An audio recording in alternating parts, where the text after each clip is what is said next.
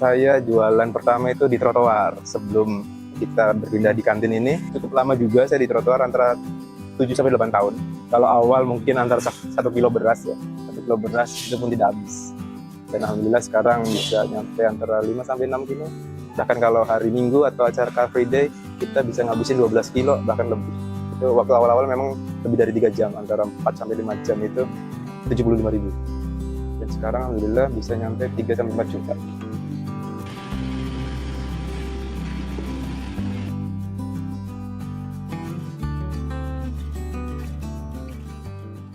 Nama saya Agus Sulaiman.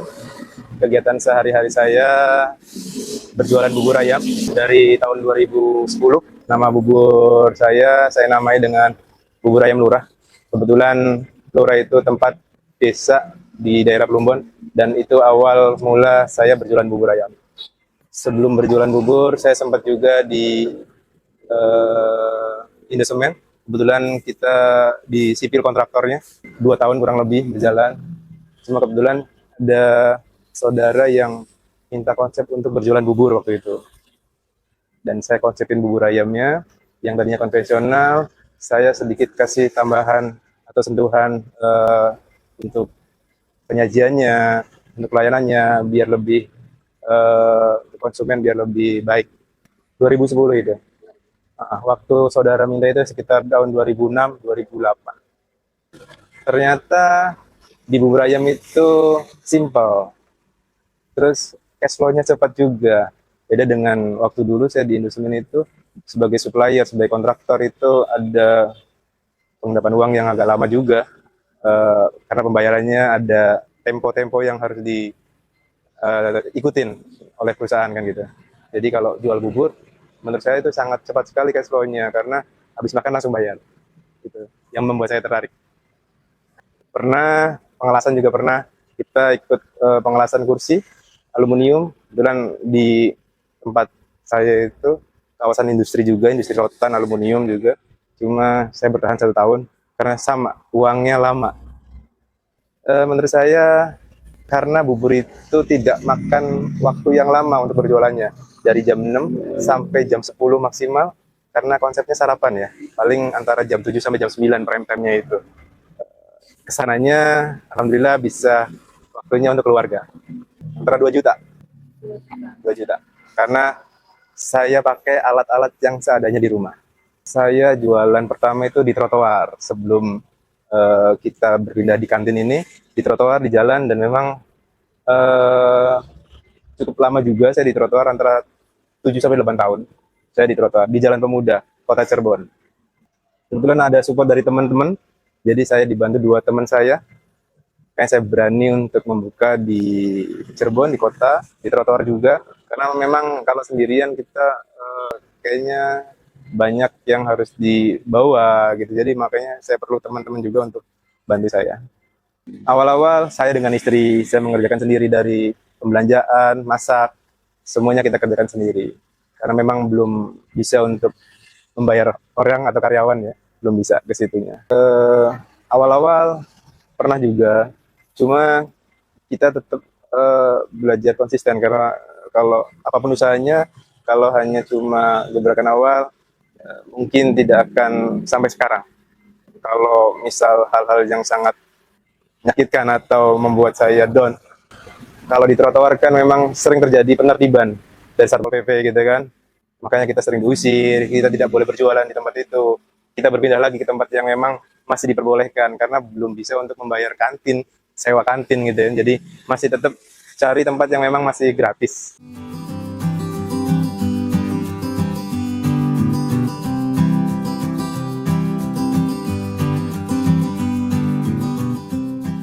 Memang itu waktunya juga masih cukup lama juga, karena memang pengenalan baru pengenalan.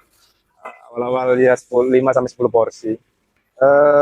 Waktu awal saya ada pembeli 1, saya mungkin itu bukan sebagai tolak ukur untuk menyerah, tapi untuk semangat, karena memang masih ada orang yang mau menerima konsep saya atau produk saya gitu. Makanya setiap hari yang saya rasakan itu, ini adalah pengorbanan saya untuk mencari konsumen atau memperkenalkan bubur ayam saya. Dari konsumen ada yang ngasih masukan bahwa Mas buburnya kurang asin, Mas buburnya kurang itu, dan banyak kekurangan-kekurangan yang harus saya perbaikin. Dan 1 tahun itu saya bisa dibilang banyak masukan dari konsumen-konsumen, dan alhamdulillah konsumen itu masih menjadi konsumen saya karena memang masih ada kunjungan lagi gitu ya. Makanya support-support dari konsumen, dari saudara-saudara saya untuk memperbaiki rasa yang saya sajikan itu, alhamdulillah sampai sekarang. Makanya kita sudah patenkan, dalam arti kita rasa tidak boleh dirubah setelah ini gitu kan.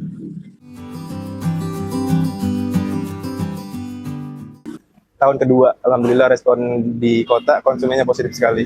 Karena memang tahun kedua itu mungkin kita sudah menstandarkan rasanya ya, karena sudah dapat masukan-masukan dari awal tahun itu. Dan alhamdulillah ada franchise pertama saya juga waktu itu. Kebetulan adik kelas dari Sogati, adik kelas dari manajemen juga, dia tertarik dengan konsep yang saya tawarkan waktu itu. Itu franchise pertama saya, Mbak. Kemitraan itu keuntungan 100% untuk kemitraan. Karena memang semua manajemen setelah dari bimbingan selesai, itu manajemennya akan mereka kelola sendiri, karena keuntungan 100% untuk kemitraan itu sendiri. Alhamdulillah kemarin ada kunjungan dari mahasiswa Sogati, dan mahasiswa Sogati itu melakukan pertukaran belajar antar negara. Kebetulan yang datang itu dari Filipina, dan mereka sarapan bareng di sini, dan alhamdulillah saya bikin video tersebut, dan memang alhamdulillah banyak yang respon positif dari video itu. Alhamdulillah senang karena memang di era digital ini, di era sosial media ini, kita juga tidak boleh ketinggalan ya. Kita mengikuti itu karena memang dampaknya luar biasa sekali. Banyak orang yang jadinya tahu ke tempat kita gitu ya. Mungkin itu. Jadi saya merasa adanya sosial media itu sangat membantu sekali. Di bubur ayam Lura itu buburnya sudah berasa gitu, karena memang sudah ada bumbu-bumbu, sudah ada rempah-rempah yang saya olah di buburnya sendiri. Jadi konsumen itu tinggal selera aja, kalau misal perlu kasih lada atau kecap asin atau kecap manis, cuma tambahannya itu, karena buburnya sendiri sudah kita kasih rempah-rempah semua. Mungkin yang membedakan itu, rata-rata bubur yang sudah ada itu biasanya warna putih kan. Nah, kalau di kita itu agak kekuningan karena memang sudah kaldu asli dari ayam olahan kita itu kita masukkan semuanya, dan ada rempah-rempah yang kita masukkan juga di situ.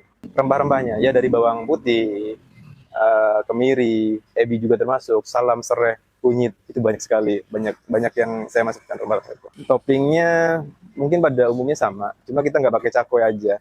Kita pakainya cuma ayam, daun bawang, kacang kedelai, sama bawang goreng.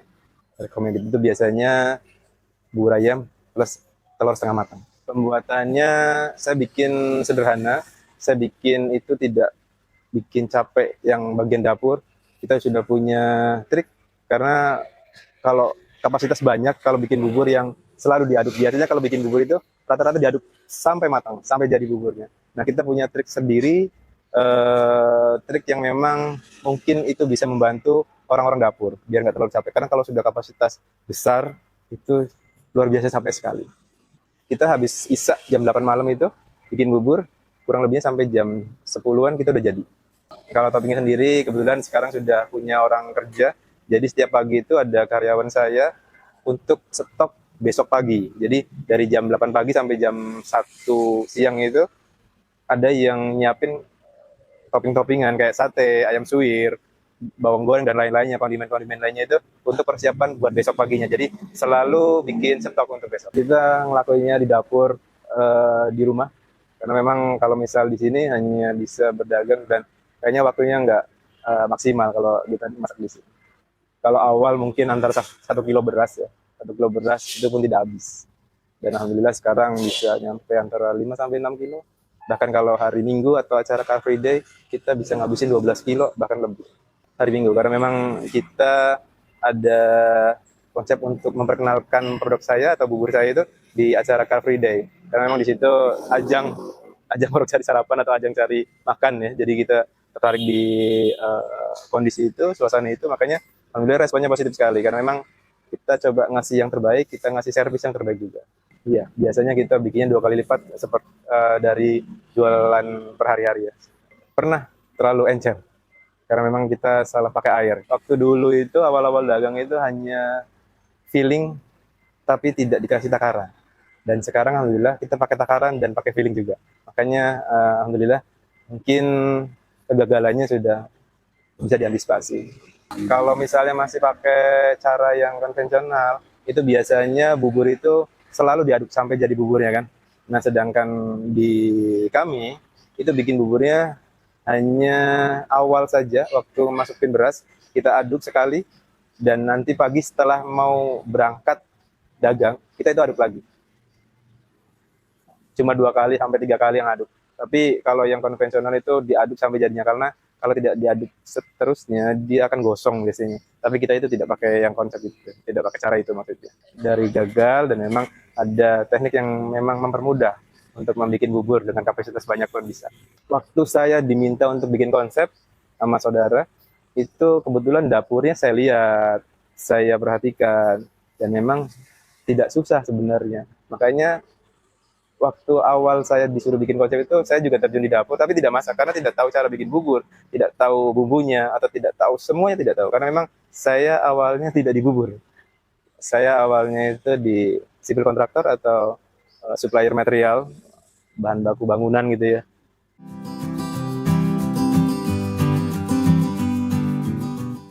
Eh, Awal untuk pembuatan bubur itu saya jadi melihat kondisi waktu di dapur, waktu awal saudara itu minta konsep bikin bubur di Cirebon itu. Jadi setiap hari kurang lebih 1 tahun ya saya ngediriin, diminta untuk konsep punya saudara itu. Jadi saya sudah terbiasa dengan kegiatan-kegiatan yang di dapur, kayak bikin buburnya, kayak bikin satenya dan lain-lainnya. Dan saya hanya melihat waktu tahun pertama saya jualan sendiri, saya coba itu dan memang banyak koreksi juga. Dari koreksi-koreksi itu baru tercipta ini loh, kita patenkan, tidak boleh berubah, tidak boleh melebihkan, tidak boleh mengurangkan dari yang saya tetapkan itu. Makanya alhamdulillah masih diterima dengan positif sampai saat ini.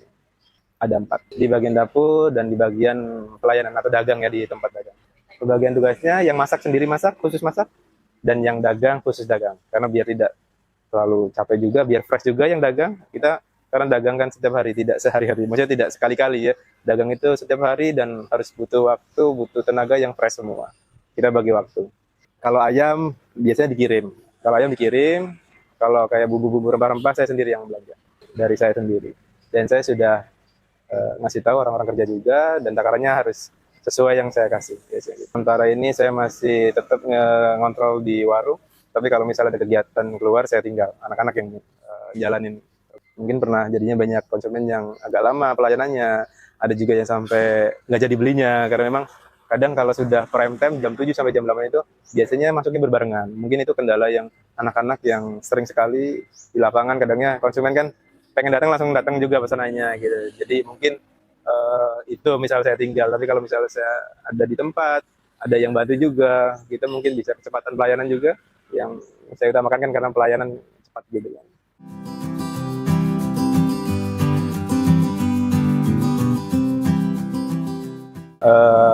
Yang saya kasih tahu ke anak-anak itu biasanya kalau misalnya sudah kredit atau konsumennya pas jamnya berbarengan masuknya, paling enggak jangan sampai ada konsumen yang terlewat. Misal dia datang dulu terus dikasih pelayanannya keberapanya, itu bikin konsumen kan tidak nyaman juga. Harus bisa melihat konsumen yang datang dulu siapa gitu kan. Jadi itu aja.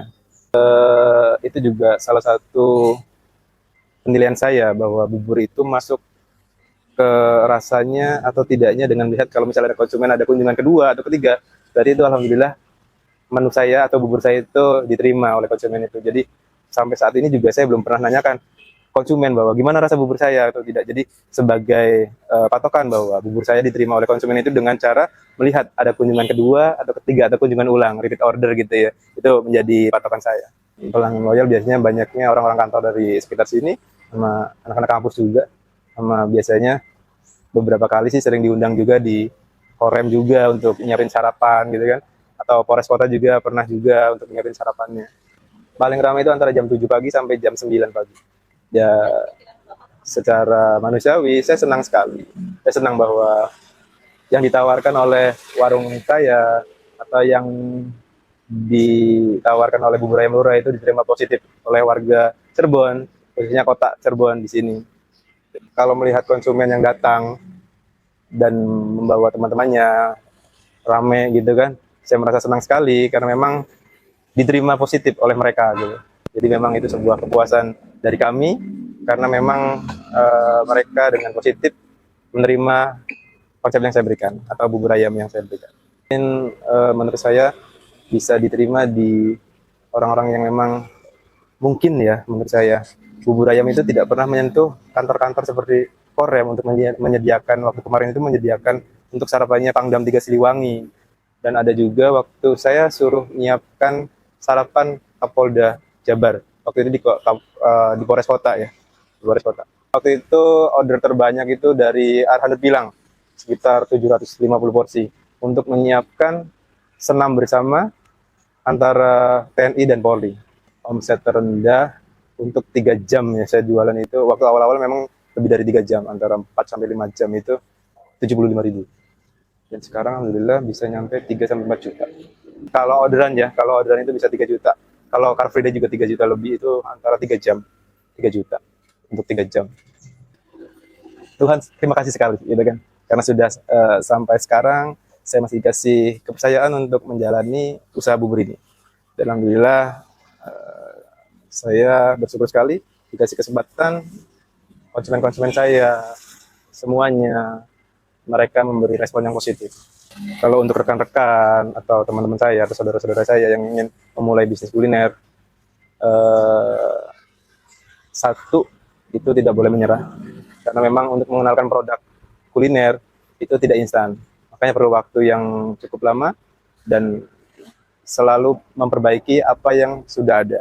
Jadi kita tidak boleh berhenti di satu titik, kita harus terus memperbaiki dan memperbaiki supaya memang pelayanan atau rasa kita bisa diterima oleh masyarakat itu dengan positif. Gitu. Target saya waktu saya mendirikan franchise itu minimalnya per kota ada 1 franchise. Karena memang dengan per kota 1 franchise, bubur ayam Lure itu akan dikenal oleh semua masyarakat. Mungkin itu tujuan waktu saya mendirikan franchise itu. Alasan saya membuka franchise itu memberi peluang. Jika peluang ini bermanfaat untuk halayak banyak, monggo silahkan. Sosok yang sangat berperan penting untuk saya adalah ayah sama ibu saya. Karena beliau itu yang selalu support ke saya.